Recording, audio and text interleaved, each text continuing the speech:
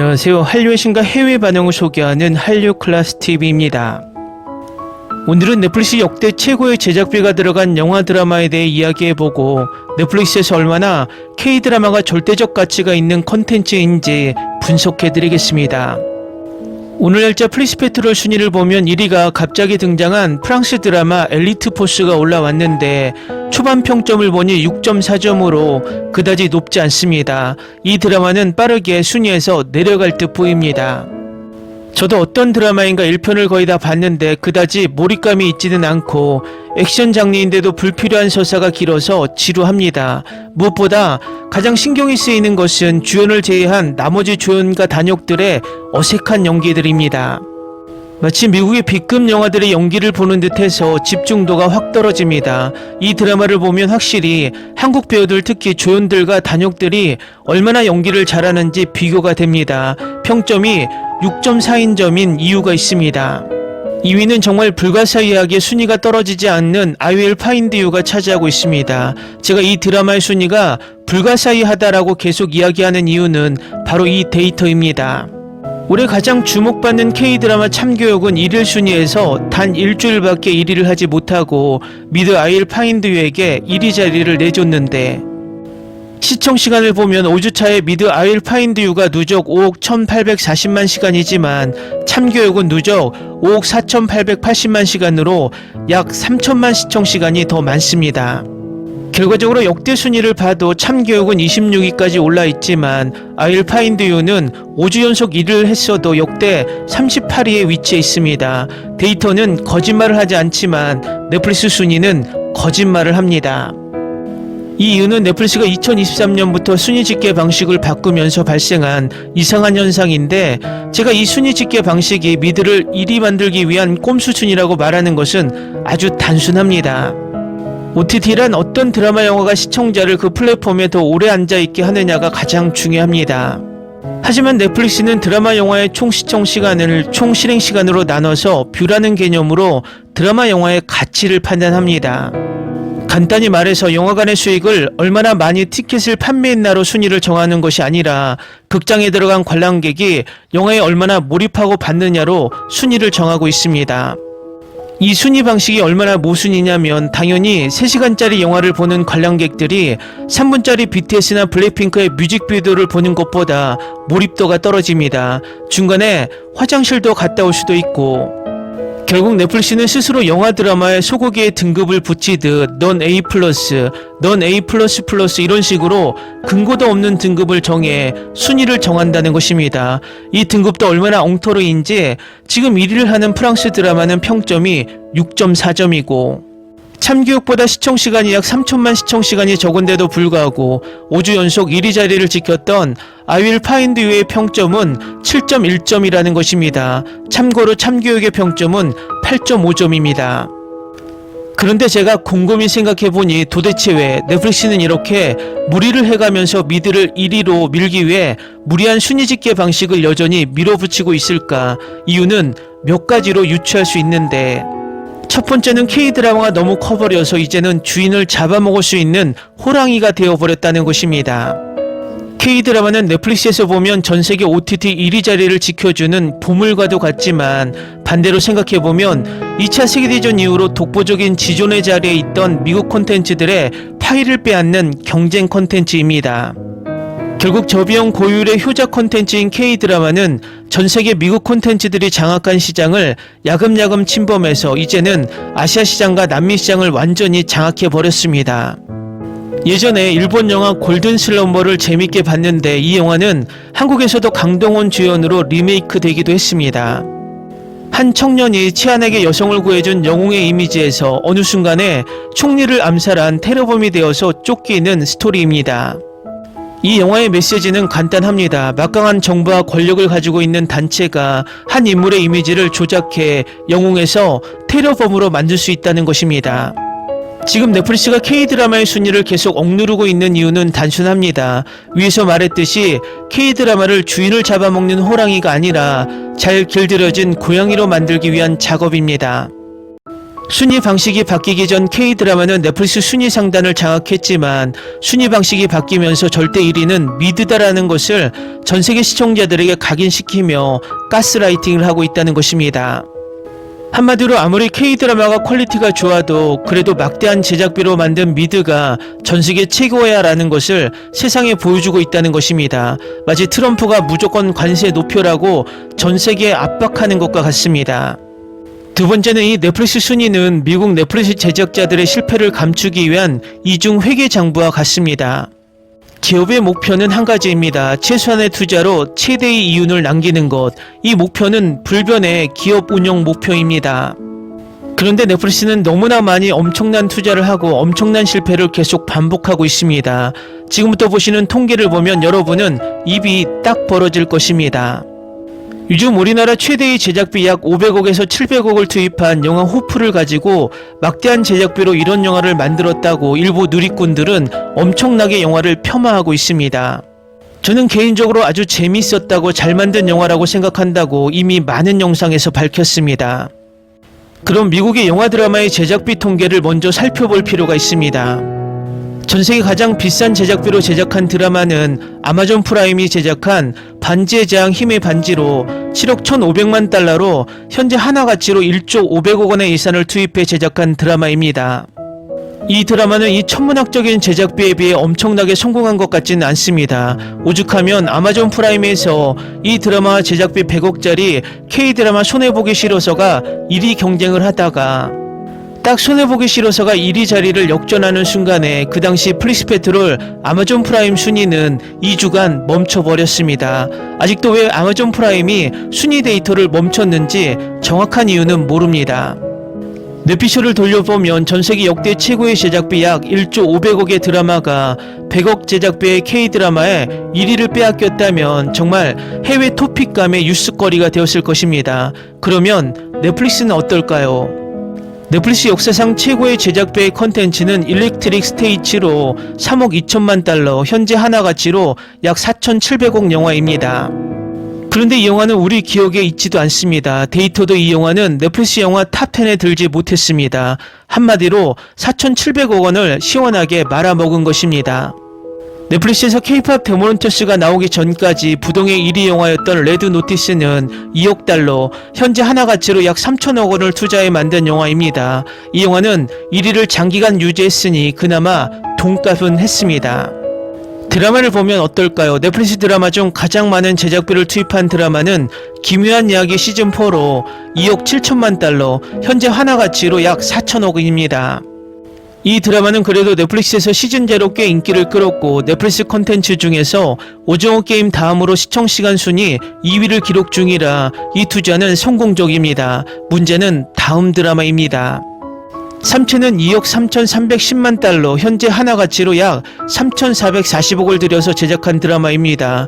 이 드라마는 전체 순위 64위로 19위 이상한 변호사 우영우, 20위 지금 우리 학교는, 23위 눈물의 여왕, 26위 참교육보다 순위가 한참 아래에 있습니다. 무슨 배짱인지 넷플릭스는 이 드라마의 새로운 시즌을 계획하고 있다고 합니다.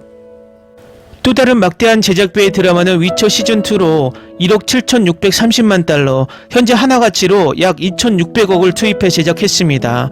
이 드라마 또한 전체 순위 35위로 위에 비교한 K-드라마들보다 순위가 낮습니다. 이 결과를 보면 넷플릭스는 미국 콘텐츠들에게 얼마나 많은 투자를 했고 얼마나 많은 실패를 하고 있는지 알 수 있습니다. 결국 이 투자 손실을 계속 보충해주고 있는 것은 저비용 고효율 드라마 K-드라마라는 것입니다. 전세계 넷플릭스 영화 드라마 통합 역대 탑100 콘텐츠 중 K-드라마는 모두 17개가 들어가 있습니다. 넷플릭스는 2022년 기준으로 연간 콘텐츠 제작비에 20조를 쓴다고 밝혔고 한국 콘텐츠에는 올해까지 고정으로 8천억을 배정하고 있습니다. 그런데 저 탑100 데이터를 보면 전세계 넷플릭스 콘텐츠의 거의 17%를 담당하고 있는데 K-드라마의 8천억 제작비는 상대적으로 너무 적습니다. 또 넷플릭스의 전체 콘텐츠 8,200개 중 미국 콘텐츠가 4,200개를 차지하고 한국의 2026년 새로운 콘텐츠는 22개에 불과합니다. 이 비율로만 봐도 K 콘텐츠의 가성비가 얼마나 높은지 알 수 있습니다. 정당한 투자라면 적어도 20조의 17%인 3조 4천억 원은 투자하는 것이 맞는 투자입니다. 하지만 넷플릭스는 K드라마로 얻은 수익을 미드와 제2의 K드라마를 찾기 위해 일본이나 태국에 투자를 하고 있습니다. 매번 결론은 하나입니다. 같은 말이지만 우리나라 1년 예산은 이미 720조를 넘어섰고 내년 예산은 반도체 호황으로 더 늘어날 것이 확실시되고 있습니다. 저는 우리나라 컨텐츠 발전을 위해서 반도체 AI만큼이나 중요한 미래 먹거리 컨텐츠 분야의 예산의 단 1% 정도는 투자해야 된다고 봅니다. 예산의 1% 7조 2천억이면 요즘 호불호가 엄청난 영화 최대한 많이 잡아 700억 제작비의 영화 호프를 100편을 제작할 수 있습니다.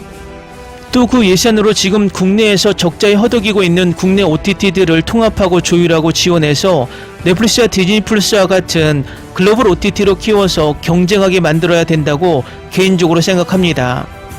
결과적으로 아직도 엄청난 가치를 가지고 있는 K 컨텐츠들의 우리 지적재산권을 미국 업체들이 모두 가져가는 게 아니라 우리 컨텐츠를 우리 OTT들이 제작해 지금 구조, 제주는 곰이 부리고 돈은 왕서방이 벌어가는 것을 바꿔야 합니다. 다음은 동궁에 열광하는 프랑스 시청자 반응입니다. 진정한 수작입니다. 이 새로운 K드라마는 시대극과 호러 판타지를 아주 우아하게 버무려냈으며 연출 역시 긴장감뿐만 아니라 특유의 분위기까지 섬세하게 살려냈습니다. 시각적 미장센이 압도적인데 특히 궁궐은 그 자체로 하나의 캐릭터처럼 느껴질 정도입니다. 남주혁은 고뇌찬 독특한 영웅 캐릭터의 톤을 완벽하게 소화해냈고 노윤서는 생각력의 깊은 섬세함과 신비로운 매력을 더해 주었습니다. 하루빨리 시즌2가 기다려집니다. 진짜 최고였어요. 스토리도 캐릭터도 몰입감이 엄청나고 연출도 정말 탄탄하네요. 오랜만에 이 정도 수준의 웰메이드 K드라마가 나온 것 같아요. 간절하게 다음 시즌을 기다려봅니다. 남주혁 배우님이 정말 많이 보고 싶었는데 이렇게 탄탄한 웰메이드 드라마로 복귀해 주셔서 너무 행복해요. 배우들의 연기압도 좋고 스토리도 훌륭해서 정말 몰입해서 봤습니다. 매번 전혀 다른 캐릭터를 완벽하게 소화해내시는 만큼 앞으로도 다양한 작품에서 자주 볼 수 있으면 좋겠어요. 영상미가 진짜 미쳤어요. 배우들 연기도 장난 아닙니다. 너무 취향 저격이라 별점 5점은 무조건이죠. 완전 정주행했어요. 액션의 호러 그리고 깨알같은 코믹 요소까지 다 있네요. 몇 번을 다시 봐도 질리지 않을 것 같아요. 진짜 강력 추천합니다. 제 인생작 등극이에요. 제발 시즌2 나왔으면 좋겠네요. 조선시대를 배경으로 이런 압도적인 다크 판타지가 나올 줄은 상상도 못했습니다. 붉은 기운이 감돌고 제가 날리는 귀개의 비주얼은 마치 미드 기묘한 이야기를 연상시키는데 한국적인 궁궐 미술과 결합하니 미국 원작보다 훨씬 음산하고 고혹적인 미장센이 완성되었습니다. 단순히 귀신이 나오는 뻔한 사극인 줄 알았는데 이면세계로 진입하는 시각효과의 스케일을 보고 입이 떡 벌어졌습니다. 기묘한 이야기의 기괴한 촉수 괴물 같은 서구식 크리처 기법을 조선 전통 샤머니즘과 영락이 혼합하여 미드 특유의 세련된 연출력과 한국적인 정서가 완벽한 시너지를 낸 역대급 오컬트 활극입니다. 서양의 이면세계 판타지는 보통 SF나 초자연적 연출에만 치중해 서사가 가벼워지기 쉬운데 동궁은 그 한계를 영리하게 극복했습니다. 기묘한 이야기의 정체불명의 공간을 보는 듯한 시각적 충격을 주면서도 그 심연의 한국의 고유의 한의 정서와 핏줄의 비극을 깊이 있게 녹아내어 서사적인 깊이마저 미드를 뛰어넘었습니다. 왕실의 몰락과 세자들의 의문의 죽음을 둘러싼 궁중 미스터리가 서양의 명작 왕자의 게임을 보는 것처럼 묵직하고 웅장합니다. 왕권을 두고 벌어지는 치열한 권력 암투라는 탄탄한 정치 스릴러 위에 오컬트 호러가 촘촘히 얹혀져 있어 뇌와 긴장감 때문에 숨을 쉬기 힘들 정도로 서사의 흡입력이 대단합니다. 서양 환타지 드라마의 복잡한 가문 역사와 세계관은 가끔 진입장벽이 높은데 웅장하고 단아한 한복 미술과 궁중 예법을 지키며 벌어지는 암투는 왕자의 게임 못지않게 고결하면서도 잔혹해 서양 시청자들이 깊은 역사 지식 없이도 단숨에 몰입하게 만듭니다. 주인공 구천을 지켜주는 충직한 귀미 꺼목사리의 등장은 이 드라마의 신의 한 수이자 글로벌 시청자들을 저격한 최고의 무기입니다. 그루트처럼 때로는 흑인형처럼 귀엽다가도 위기 상황에선 괴수로 변하는 모습이 영미권 크리처물 부럽지 않은 독창성을 자랑합니다. 조승우와 장영남이 맞붙는 장면들은 가히 미드, 하우스 오브 카드나 명작 정치 드라마의 최고조 갈등을 보는 듯한 소름 끼치는 전율을 줍니다. 과거 킹덤이 조선시대 좀비물로 전세계를 뒤흔들었다면 동궁은 조선 오컬트 판타지라는 새로운 이정표를 세웠습니다. 완벽하게 시각화해낸 제작진의 뚝심이 대단합니다. 판타지와 호러 그리고 액션의 밸런스가 기가 막히게 맞아떨어져서 넷플릭스 미국 탑티어 오리지널 드라마들과 어깨를 나란히 하기에 충분한 자격을 증명했습니다. 다음은 동궁에 열광하는 일본 시청자 반응입니다. 남주혁 컴백이 없었다면 안 봤을 거예요. 난 공포 장르를 잘 못 봐요. 하지만 저는 이게 시대극 공포 드라마인 줄 알았는데 보니 사랑 이야기였어요. 내 생각은 그렇습니다. 여러 요소 중에는 이해하지 못하는 부분도 있었지만 노윤서가 한국 역사극 연기에 대한 완벽한 배우가 되고 있다는 것을 알게 되었습니다. 남주혁과 노윤서의 연기, 말이나 행동이 아니라 서로에 대한 감정을 전달하는 목소리, 표정, 몸짓이 훌륭했고 그들의 사랑이 진심으로 전달되었다고 생각했습니다. 그것은 귀신들과 싸우는 강력한 원동력이었습니다. 압도적인 시각적 완성도와 배우들의 연기가 인상적이었습니다. 시대극을 보면서 역사에 대해 더 배우고 싶었던 나는 이번에는 내용에 대한 이해를 깊게 했고 한국 민속에 대한 관심도 불러일으켰습니다. 단순히 무섭기만 한 게 아니라 스토리도 탄탄해서 끝까지 몰입해서 봤다. 전체적으로 영상미도 진짜 예쁨. 비주얼은 정말 멋졌지만 줄거리는 완전히 엉망이었어. 나는 후반부를 이해하려는 시도를 완전히 포기했다. 그럼 구천과 옹주가 그 찰나에 사랑에 빠져 서로를 구한 걸까? 그게 다야? 결국 이건 그냥 로맨스 이야기야. CG랑 특잘 요소가 듬뿍 들어가 있는데 이게 생각보다 꽤 흥미진진했다.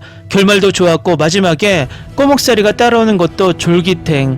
남주혁은 원래 청량한 청년 이미지였는데 이번처럼 한복 입고 나오는 다크한 역할이 최고인 듯. 데뷔 연기는 진짜 미쳤다. 데뷔 역할하면 김혜숙 배우가 먼저 떠오르는데 장영남이 보여주는 데뷔는 처음 보는데도 소름 돋을 정도로 대단했음. 태인호는 진짜 빌런 그 자체 악역처럼 안 생겼는데 악역 맡은 비율이 압도적임.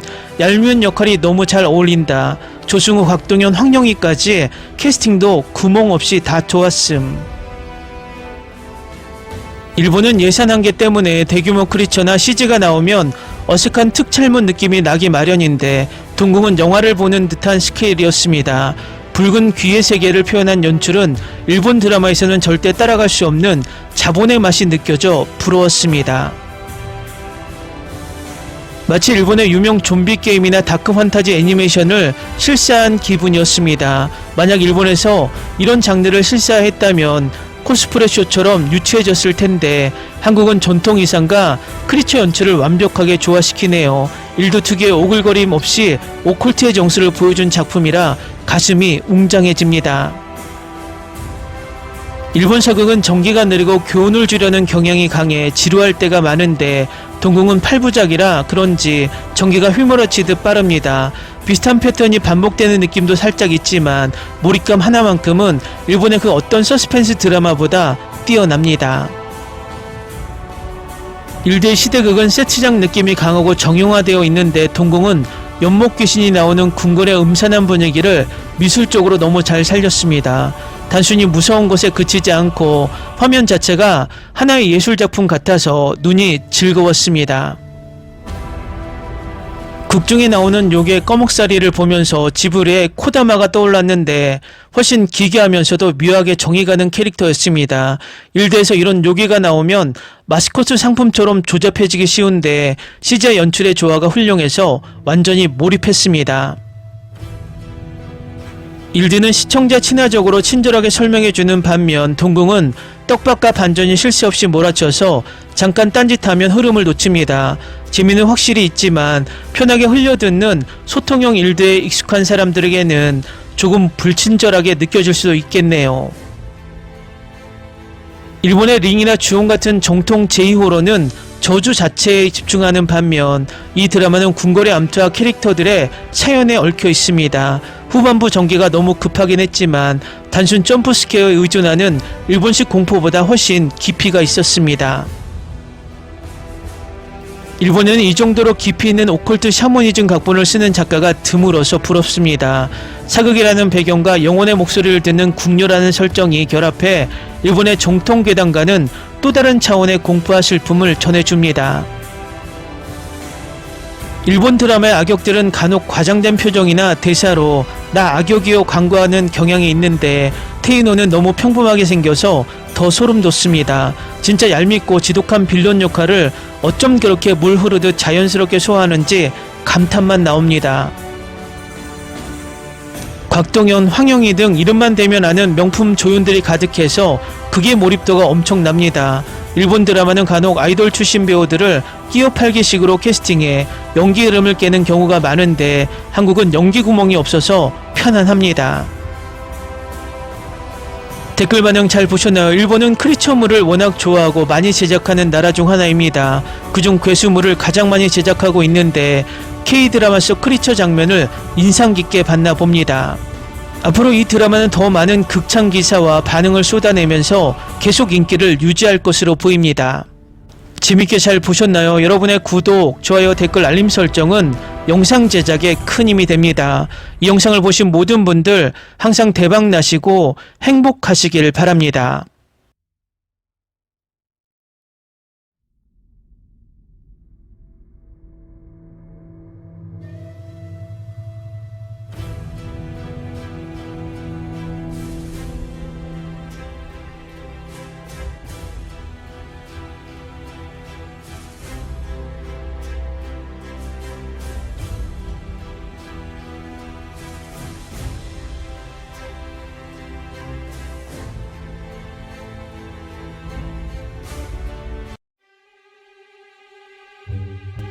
Ni se te ocurra. Olvida el ganso y los tomates. No hables de las ballenas. No es un acuario. No actúes como tonta. Que eras una genio. ¿Sí? No vayas a presumir, a la gente no le gusta eso. Y no digas cosas sin sentido. Y bueno, ¿terminamos? Hasta pronto. Abogada, tengo mucha curiosidad por conocerla.